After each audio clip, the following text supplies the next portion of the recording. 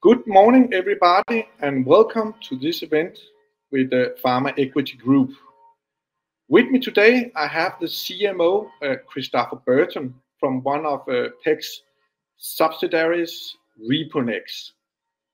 Topic for today's event is Reponex pipeline and a general introduction to Christopher Burton. To the audience, as always, you're more than welcome to post your questions, and I will forward them to Christopher during the presentation, and you can just post your questions below the video window. So with that said, I would like to welcome Christopher. Welcome, Christopher. Thank you very much, Klaus, and thank you for the introduction. Good morning, everybody. Yes, as Klaus said, my name is Christopher Burton. I'm a medical doctor by training, and I'm the Chief Medical Officer here at Reponex Pharmaceuticals. My task today is to take you through a little bit about the group structure, but I'm going to focus on my role in this structure and what I bring to Reponex Pharmaceuticals, and then run through the pipeline and the candidate products we have in development. So first of all, just to reiterate the structure, where I work in Reponex Pharmaceuticals, which is 100% subsidiary owned by a publicly listed company, Pharma Equity Group. And for the rest of the talk, I will only talk about Reponex Pharmaceuticals. So at Reponex Pharmaceuticals, we're a clinical stage biopharmaceutical company. The overriding strategy is to take products that are already in the market for one indication and reposition them in another indication.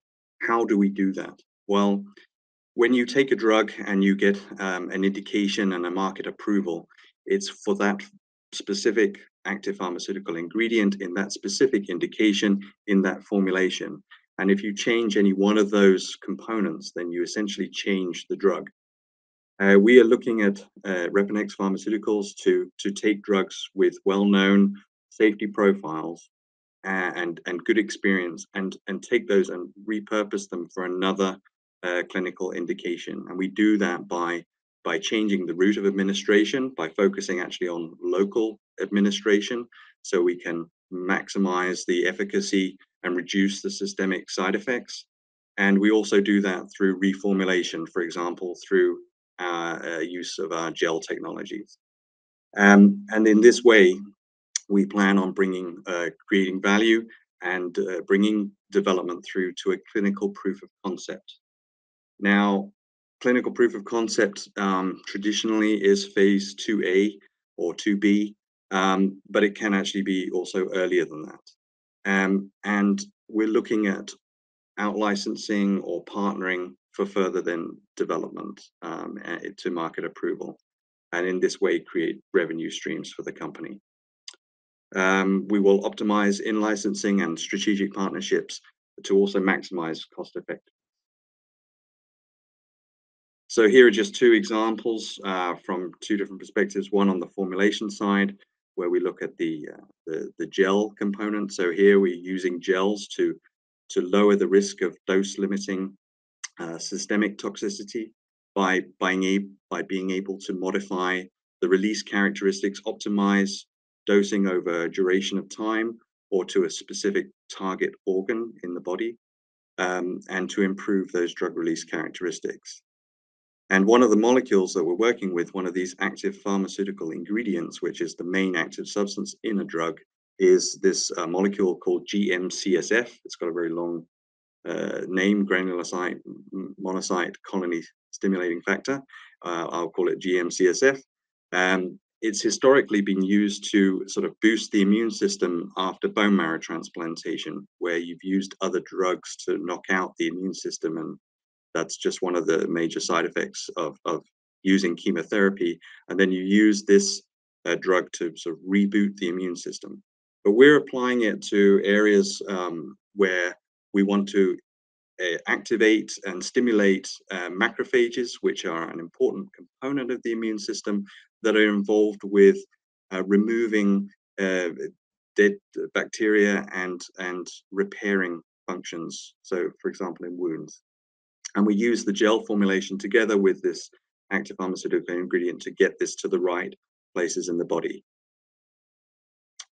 By doing this and by leveraging on existing known toxicity profiles, we look to speed up the development. A lot of the clinical development and non-clinical development, for that matter, of a drug, of a new molecular entity is based on being able to demonstrate safety. And here we can rely to a large extent on the safety that's already been demonstrated for that drug. So what we have to do, of course, is show safety within the context only of the application that we're looking at. And that can speed up delivery considerably, development considerably. So Christopher, just a quick question on the cell solution and this example you showed on your former slide, because we know that the way they administer this drug today is that in a pill form, and you are doing that in gel, where you have a better solubility. Is that fair to say?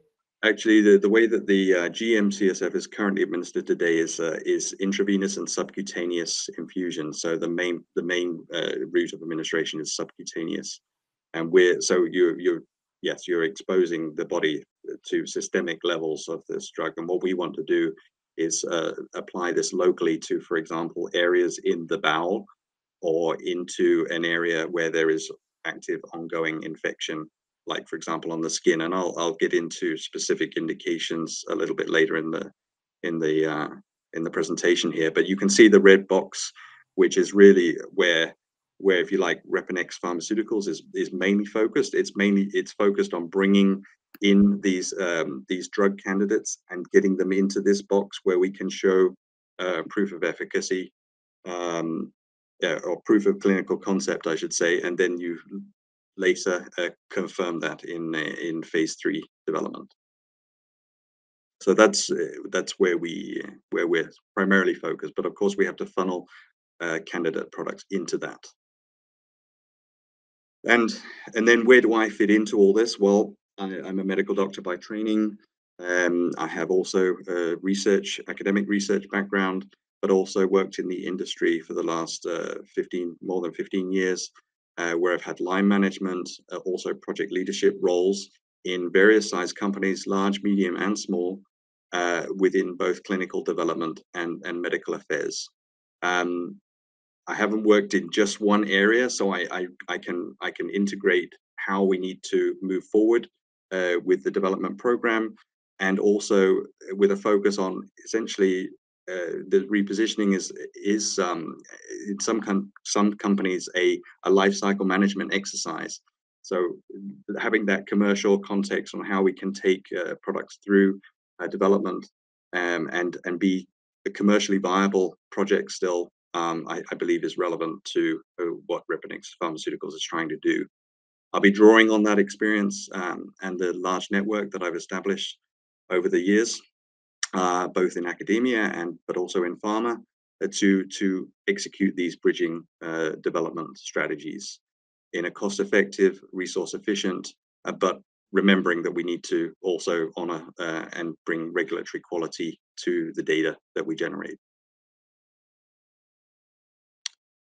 So I'm going to jump into now the pipeline, and here we have a number of products. They are we refer to all our products with this RNX, stands for Reponex, and then a number. So RNX 41 is one of our candidates in pouchitis. I'll go into a little bit next slide.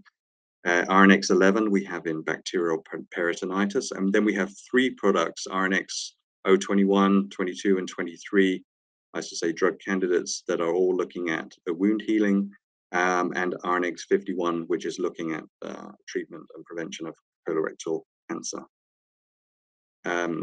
And just taking them one at a time here, so we'll look at pouchitis.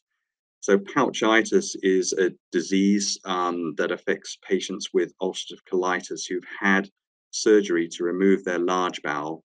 And then during that surgical procedure, what often is done is to try and preserve normal defecation and thereby quality of life for patients. They take what's left of the small bowel and join it together with the anus, so thereby preserving normal defecation and avoiding the use of having an ostomy for the rest of your life. Unfortunately, though, there is a recurrence or an inflammation that occurs in the pouch in many patients, and a proportion of these patients have such bad symptoms that in fact they undergo another surgery to reverse the original surgery and end up with a permanent ileostomy, which of course involves bags and can impact a great deal of quality of life, patient quality of life. What we are looking at and what we have in development is this RNX-41 for direct installation of medicine into the pouch to locally administer a drug, so you can reduce the inflammation and symptoms of pouchitis, with the intention of avoiding this reversal surgery and the patients having an ileostomy. We have a proof of concept clinical trial ongoing, and the expected readout is in 2024. Bacterial peritonitis is another product, and here we're looking at an estimated incidence of 1.25 million new cases per year in the EU, US, and Japan. I should say in the previous pouchitis indication, that's only 250,000 patients in the EU and US, which makes it a candidate for orphan drug designation. This one is not an orphan drug designation. And here we have sort of a bowel on the right hand side, and what this shows is basically you can end up with a hole in the bowel due to some other disease, maybe an ulcer or inflammation of the bowel. There's a hole that leaks contents from inside the abdominal tract to the intra-abdominal cavity. So that's the area in the tummy that's where the bowel is, and that's where you don't normally have bacteria. So that can cause a very nasty infection and general septicemia, and in a high proportion of patients, it can be fatal as well. In 16 to 50% of patients, depending on underlying disease. And actually diverticulitis, which is a perforation of the large bowel due to inflammation, is the second leading cause of death on the ICU. So it is still an issue, and we have completed actually clinical studies of RNX-11, where we administer the product directly into the cavity where the infection is ongoing. And we've looked at patients with perforated appendicitis, which isn't normally associated with such bad mortality. And this study reported a shorter hospital stay, and was also, of course, looking also at safety and feasibility. We have additional studies investigating the efficacy and safety of an RNX-11 scheduled to start in 2024. Then wound care. So we have here 3 products, and here we're talking about an indication that affects many people and comprises actually different types of ulcers. Venous leg ulcers, where you have venous insufficiency, varicose veins leading to ulceration, diabetes, pressure ulcers. But they all share actually commonalities between them, and that is that a large proportion of these become infected with these biofilms. And biofilms are sort of organizations of populations of bacteria, different types of bacteria that reside in some sort of matrix, and some sort of gel, where they're protected from the immune system, but they keep on promoting chronic inflammation, which leads to non-healing of these ulcers. And it is a major problem in terms of treating these biofilms, because if you administer systemic antibiotics, you expose patients to systemic side effects, but also don't necessarily penetrate the biofilm. And local topical antiseptics don't penetrate the biofilm from the other way around. We're looking at three medicinal candidates, this RNX-21, 22, and 23, as a local treatment for non-healing ulcers. And we currently have a clinical proof of concept study ongoing with one of these candidates. And then that brings me to RNX-51, which is another indication where there is some relationship with biofilms, but now we're looking at the biofilms within the bowel, which over a prolonged period of times are thought to be associated with the development and progression of adenomas, these polyps forming into cancer. Colorectal cancer is still the third most deadly and fourth most common diagnosed cancer in the world, and the only real curative treatment option available to patients at this present time is surgery. Unfortunately, patients often present too late, so curative surgery isn't an option. And chemotherapy, the other treatment option you have available to you, is limited because of rapidly evolving drug resistance. So this is an area of unmet need still, and although there are sort of 1.5 million new cases in the EU, US, and Japan, overall there's also a smaller group of patients that between 7 and 10% of these are actually based on hereditary, so a familial or genetic risk of developing cancer.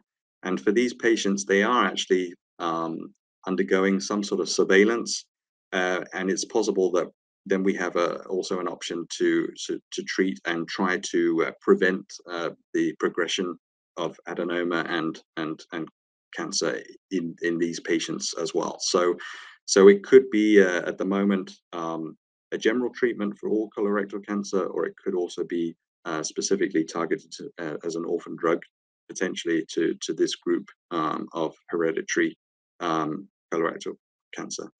We have a study ongoing of RNX-51 as a local biofilm modulating treatment, and we expect the readout later this year. So, in summary,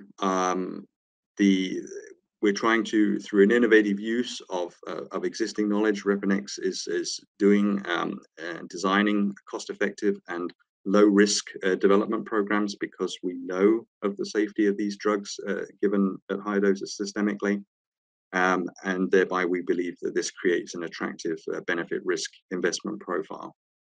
Our focus here is to reposition products until clinical proof of concept, which implies the end of phase 2, but actually can be at other times as well, earlier.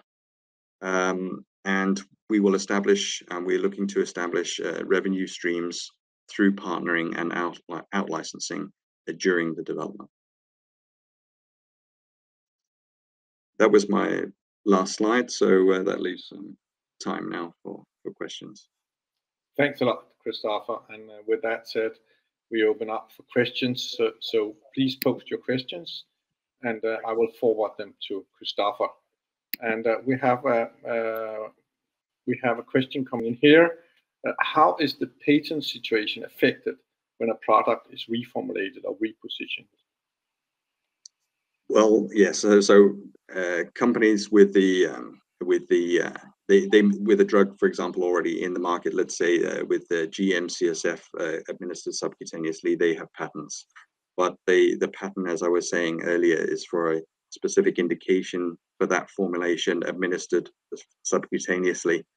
And now we're changing all three of those parameters. We're changing the route, we're changing the formulation, and we're changing the indication that we're using it in, which means that we have an opportunity to create a new patent, and we have done.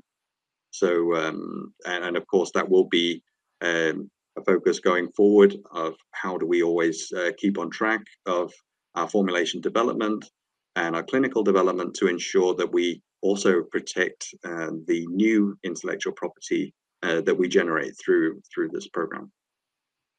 Thanks a lot, Christopher. And then there's a question about your focus area. So as you mentioned in the beginning, you have a strategy where you focus on phase 2 projects to say, well, you can expand that on both sides. I know you you have that option. But with the projects you have in pipeline today, they are all in phase 2 in some way. Why is it that you don't move into phase 3? We know it's very costly, but that's actually what the question goes on. Yeah, I think with phase 3 development, obviously it's a very large enterprise. Often you have to go into many more patients, and you need an organization, a much bigger organization, to invariably to execute on that. It depends on your strategy. What we have chosen to focus on is funneling projects and suitable drug candidates into our sort of reformulation program using gels, and thereby we have a sort of an economy of scale with the size organization that we have, that we can and the in-house competencies that we have, to be able to do this in a cost-effective and resource-efficient manner. And it's like we're focusing on one stage of the big factory production line that goes right from discovery all the way to market approval. And by optimizing this step, that's where we plan to show value for money and good return on investment. But it's not to say that with interested partners that we identify through our negotiations, that we would not potentially continue the development of a product. But at the moment, the focus is on just getting to that stage to then sort of out-license or partner. Thanks a lot. Yeah, and you mentioned in the beginning with your background, and you also mentioned life cycle management that you already do in big pharma companies. Do you have any experience about other companies with the same focus as Reponex, or is it only life cycle management within big companies? And by that said, you are the first company in the world doing this. Well, I haven't done an extensive search, and I'm a clinician and come from clinical development, so I always like to have evidence to support my statements. But I haven't come across another company quite like ours, which has that as its only focus. But that doesn't mean to say that there aren't any. Often, as you say correctly, Klaus, companies with successful drugs and as a way of extending their patent protection often reformulate drugs and reroute them. The most simple example is where you have a drug that works and then you come up with a modified release formulation of exactly the same sort of drug candidate. Of course, they're still going after the same indication. They have the same patent protection on the drug, so they're only changing one thing. So it tends to be a little bit more incremental. But yes, I mean the strategy is there, and there are examples historically of companies completely switching formulation route and indication for life cycle management. Thanks a lot, Christopher. Well, there's a question here, and actually I have more or less the same question about the pipeline and how to prioritize, because you are a small company today with a very interesting pipeline. Do you have any priorities among the different candidates, Christopher, or how can you elaborate a little on that? Yes, well, we don't have the priorities are as they have been presented in the prospectus. I don't want to change anything there. I mean, what we can say about them is, even though they look like very different indications, there are some similarities, there are some commonalities between the indications. You remember I spoke about biofilms, and we have biofilms involved in the etiology, in the progression of colorectal cancer, but we also have biofilms in the treatment of infectious disease. But yes, the roles, the actual role is different, but there is that link. And then we have pouchitis being one indication, and then we have abdominal sepsis and bacterial peritonitis, which is somewhat related concerning that it's to do with the bowel and it's to do with infection or some bacterial element. So there are these commonalities throughout the program, and what we'll try to do, of course, is leverage on that, and you know, this supports our current in-house knowledge, and we will look to be the world expert in these you know, these drug candidates, in specific indications, or with these specific disease processes. And that's going to be of course key to success as well. Yeah. So just a question about the, you know, commercial path. I know that you are not the one taking those questions normally, but still you are involved in the process, I could imagine. So big pharma also have these focus areas, and even mid-sized pharma companies. Would it be fair to say, when there are similarities between the different projects, that you are looking for partner or partners that could take more than one candidate on board? Oh yeah, I think in the case of the wound care, where we have 3 products, you know, that would be one area that could be of interest to a bigger pharma in wound care, and it doesn't necessarily have to be a pharma company for that matter. It could be also a medical device company. So yeah, so there are definitely options. I don't know if that answers your question. No. It's a very good answer for sure. Just to get an idea of what you're looking for. There's a question about your revenue stream for 2024. That's probably more question for Thomas. Yeah. But yeah. Still, as good as I know the company, as soon as you enter a partnership, and you haven't done that yet, of course we can expect some kind of revenue stream as well from the partner. Yeah. Isn't that fair to say, Christopher? Yeah, that's fair to say, and that's something that we're already you know, embarking on that journey. We're already starting to map out potential strategic partners, and to start making negotiations with them about different synergies that we may have with them. So that work is already ongoing. Yeah, and you are quite far in relation to data points and readouts from several studies, so that makes sense as well. Yeah, we have a fair amount of data, it can be said, to coming in 2023 and 2024. Yeah. I don't know if there's other questions from the audience. Doesn't seem to be the case, and you know, we are also close to the time frame. So with that said, Christopher, thanks a lot for a thoroughly presentation of the pipeline. I'm really happy to have you here today to present the pipeline, and hope to see you soon. And to the audience, thanks a lot for all the good questions. And by that said, please enjoy your day, all of you. Thanks a lot.